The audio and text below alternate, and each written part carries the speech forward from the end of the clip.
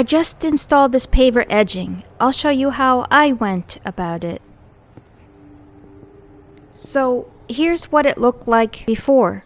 When I planted these firepower nandina plants, I accidentally burned them with fertilizer. Their leaves turned brown and crispy, and I thought for sure they would all die. I was so upset. They looked terrible all spring and summer, but they survived, and they're finally recovering and looking healthy now.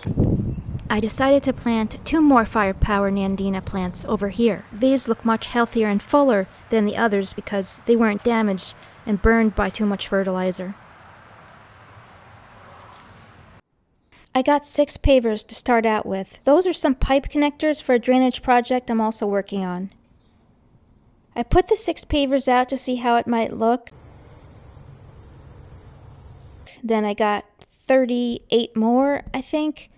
They're about $2 each, and they're made of concrete. After trying to arrange the pavers in a pleasing shape, the next thing to do was level the pavers. But first I had to address an important grading issue. By that window well you see there? See how it sinks down toward the foundation? I wanted to do that first so I don't ruin the paver edging afterward. I'm working on another project where I'm digging a trench for drainage, so I just moved that soil here. The soil we have is clay. Some of it's really hard, like concrete, impossible to work with. I used the softer clay soil I could find. It's still water repellent to some extent, and it's easier to mold it into a shape around the foundation and sloping away from it, so it can help guide water away from the foundation. Now it's time for the landscape fabric to slow down the weeds and help compact the soil over time.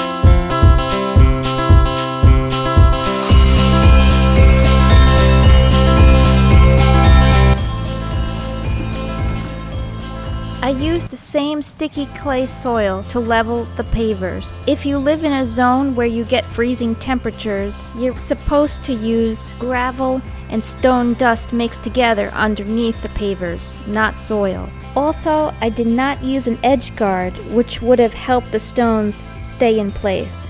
I'll report back to show you what happened to this after a winter or 2. Next, I added polymeric sand between the joints. I brushed it in, and then I tapped it with a mallet over and over, creating vibrations so that the sand would go all the way inside.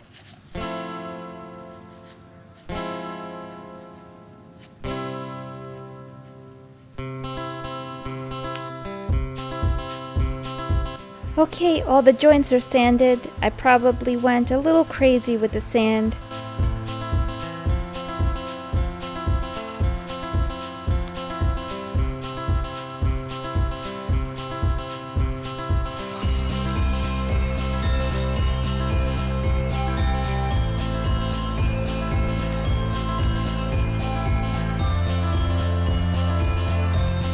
Time to add some water.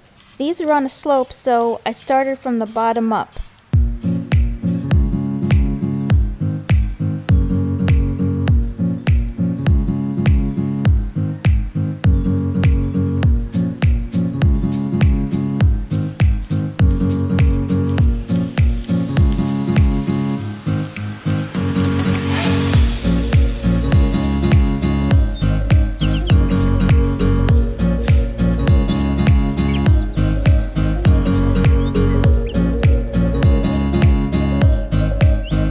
I'll let you know how it looks after a winter or 2.